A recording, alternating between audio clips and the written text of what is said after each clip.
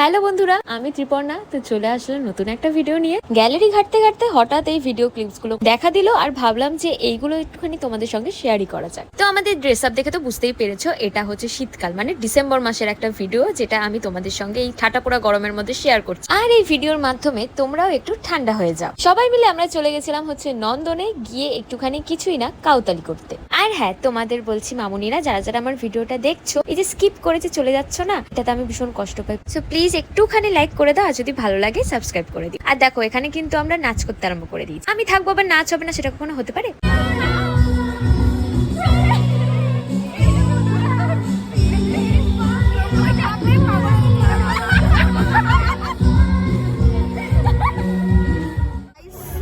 ও জুতো পরছে, সেটা কেন পরছে? আমি ভিডিও করে দেওয়ার জন্য পরছে।